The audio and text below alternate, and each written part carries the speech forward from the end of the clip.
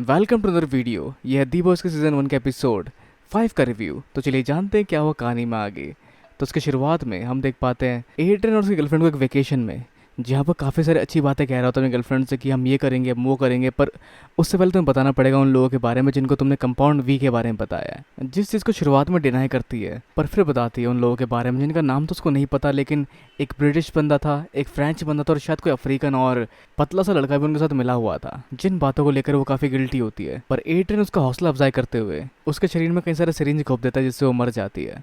तो इन सभी कंपाउंड वे के झोलझाल को जानता होमलैंडर, जिससे जब मिलता है एड्रियन तो उसको सिर्फ यही कहता है कि मैं तुम्हारे साथ हूँ। पर उस एशियन लड़की को कौन पकड़ेगा, तो उसको पकड़ने की जिम्मेदारी लेता है एड्रियन अपने हाथों में। और जो लड़की होती है फ्रेंची के साथ, जिसको फ्रेंची कई सारे कमाल कमाल के डिशेस बना के खिलाता है, पर वो खाने और इससे बात करने के मूड में बिल्कुल नहीं होती, वो अभी भी गुस्सा होती है। पर चलिए पढ़ते हैं आगे मिशन में, जो है बिलीव एक्सपो के अंदर, जो एक धार्मिक इवेंट है जिसमें वॉलंटियर कर रही है स्टारलाइट और साथ में उससे मिलने आ जाता है ह्यूवी यहाँ पर सिर्फ अपने मिशन को पूरा करने के लिए। जहाँ आगे स्टारलाइट की मॉम आ जाती है जिससे वो मिलाती है ह्यूवी को, और फिर उसके बाद उसकी मैनेजर आ जाती है जिससे छुप जाता है ह्यूवी, क्योंकि वो पहचानती है ह्यूवी को रॉबिन के मरने के बाद से। तो स्टारलाइट जिस काम के लिए यहाँ पर आई है उसके लिए आगे बढ़ती है, जहाँ ह्यूवी जाने से मना कर देता है उसके साथ और वही रुकता है। फिर वो मिलता है बुचर और एमएम से, जहाँ उस समय स्टेज पे कोई स्पीच दे रहा होता है जिसका इन्हें बजाना है गेम, मतलब उससे कुछ इन्फॉर्मेशन लेनी है लोगों को, जिसके लिए उसके दिखाएंगे हम अश्लील वीडियो जो वायरल हो सकती है और उसके वायरल होने से वो अपना सारा फेम खो सकता है, क्योंकि क्रिश्चियनिटी में गे होना अलाउड नहीं है। जिस काम को अंजाम देगा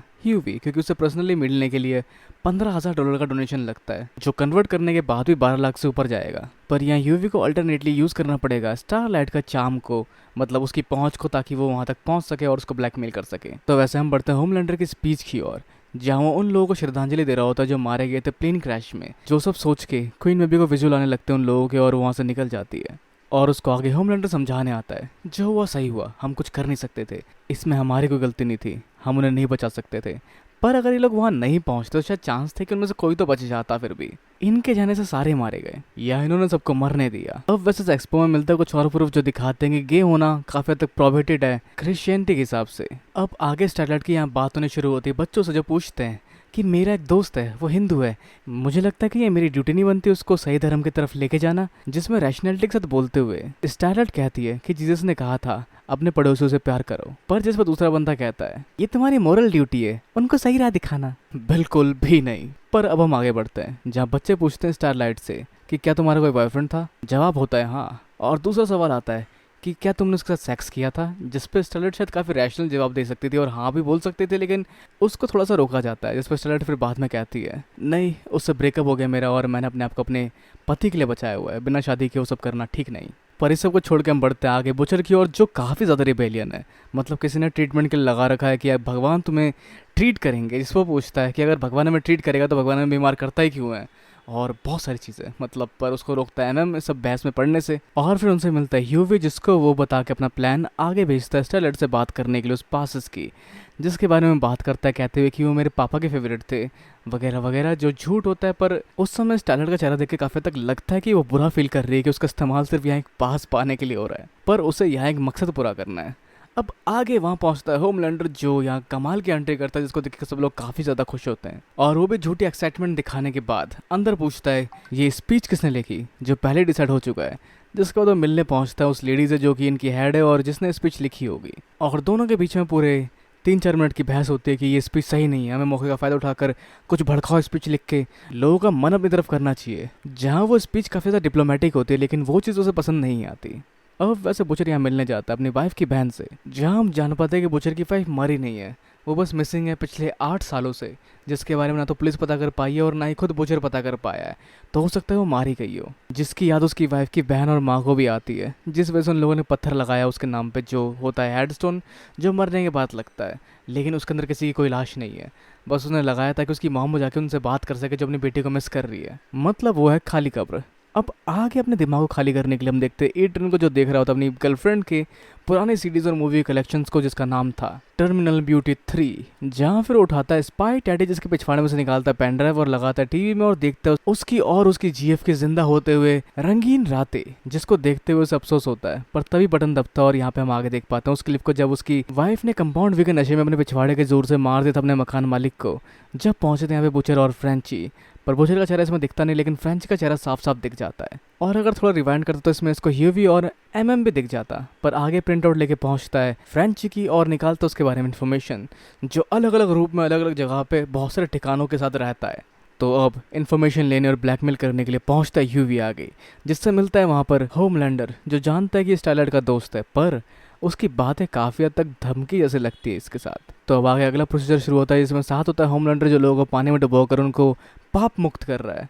जिसमें अगली बारी होती है यूवी की, जो कहता है मुझे पानी से डर लगता है क्योंकि उसे कुछ और चीज़ें याद आ जाती है उस समय, पर उसको पकड़ के पानी में डुबोकर काफ़ी देर तक रखता है, जब तक कि उसकी आत्मा शरीर से बाहर निकलने लग जाए। मतलब सच में धमकी थी, पूछताछ नहीं थी। अब आगे जब सब यहाँ से चले जाते हैं, वो ब्लैकमेल करना शुरू करता है उस बंदे को, पर जहाँ इसका फ़ोन पानी में जाके ख़राब हो चुका है, तो वो खुद कहता है कि आपने मेरे तन बदन को छूकर मेरे संग रंग रलिया मनाया, और सारे पल को काफ़ी डीपली डिस्क्राइब करता है, जहाँ पर वो उस मोमेंट की बात कर रहा होता है जो उसने क्लब में देखा था इसको करते हुए, पर वो रियलिटी नहीं है। जिसके बाद इसी कदम पकड़ लेता और पूछता कि क्या चाहते हो तुम, कौन हो तुम।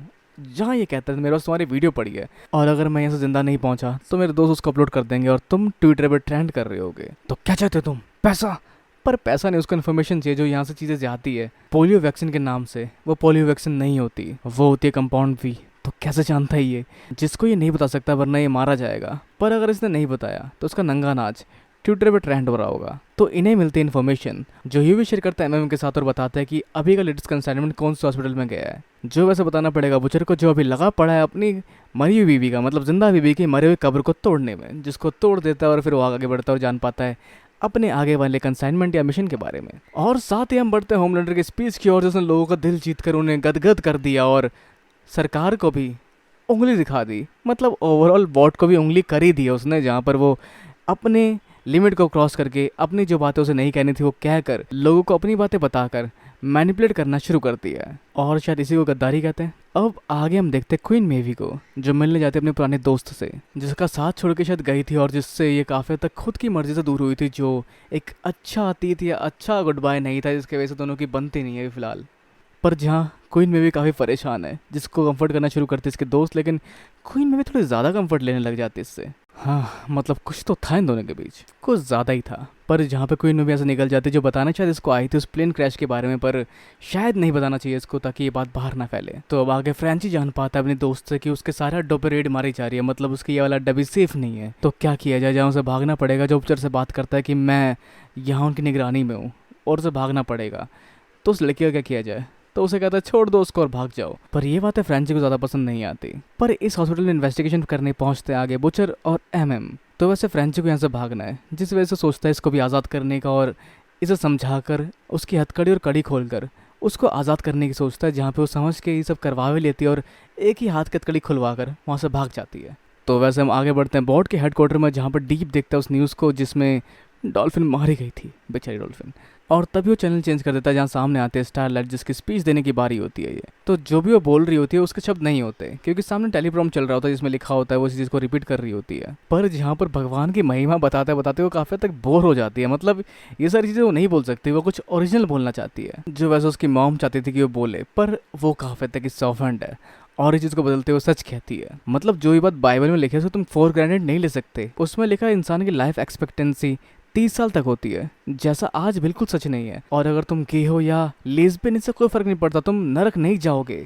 और शादी से पहले सेक्स करना वो इमोरल नहीं है, वो सब एक इंसानियत का हिस्सा ही है। और पता है इमोरल क्या होता है? इमोरल था वो जब किसी ने मेरे साथ ज़बरदस्ती की और अपने सारे इमोशन स्टेज के सामने रख देती है, जिससे चारों तरफ से सन्नाटा छा जाता है, लेकिन यूं भी तालियां बजा रहा होता है उसके लिए। अब वैसे बुशर और एमएम ढूंढ पाते हैं कंपाउंड वी को, जो बच्चों के शरीर में ज़बरदस्ती इंजेक्ट किया जा रहा है, जिससे उन्हें सुपर हीरो पावर्स मिल रही है। मतलब कोई भी सुपर हीरो पैदा नहीं हुआ था, वो बनते हैं सुपर हीरो कंपाउंड वी के वजह से। अब आगे वैसे यहाँ यूवी मिलने जाता है स्टारलाइट से, जो उसके स्पीच की तारीफ करता है, पर वो कहती है क्या तुम्हें और क्या चाहिए, तुम्हें कोई VIP पास वगैरह चाहिए, बता सकते हो तुम मुझे। पर जहाँ यूवी बताता है उसकी गर्लफ्रेंड मारी गई और वो अपनी शांति के लिए कई तरीके आजमा चुका है, कई सारी चीज़ें सुन चुका है, पर तुम्हारी बातें जो तुमने कहा कि हमें खुद नहीं पता क्या होने वाला है, वो बिल्कुल सच थी। और ओवरऑल वो काफ़ी तक मना लेता है इसके बाद स्टारलाइट को, और फिर दोनों गले मिलते हैं। पर इस सब के अलावा कोई और कंपाउंड भी चुरा रहा है सिरिंज के अंदर। पर तभी कुछ सिक्योरिटी के लोग वहाँ आ जाते हैं, जो गोली चलाना शुरू कर देते हैं, जिससे बचकर और उन्हें भटकाकर अपने गोलियों से बुचर उस बच्चे को उठा लाता है और उसकी आंखों के लेजर से उन दोनों को मार देता है। पर साथ ही अब वॉर्ड की टेंशन है मीडिया में उठी स्टारलाइट की वो समस्या, और उन्हें घूरता हुआ होमलैंडर जिसको बुला लेती है अंदर, और वो जानती है होमलैंडर ने ऐसा क्यों किया, क्योंकि वो उसको अटेंशन नहीं दे रही।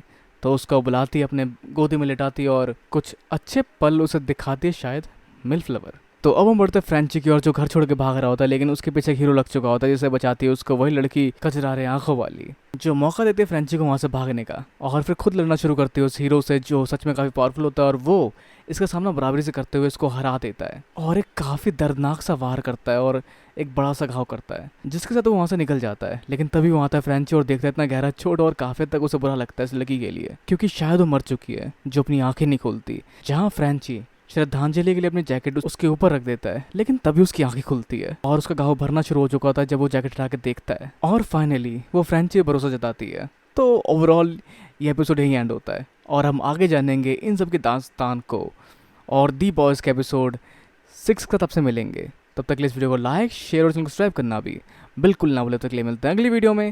Good bye and have a nice day.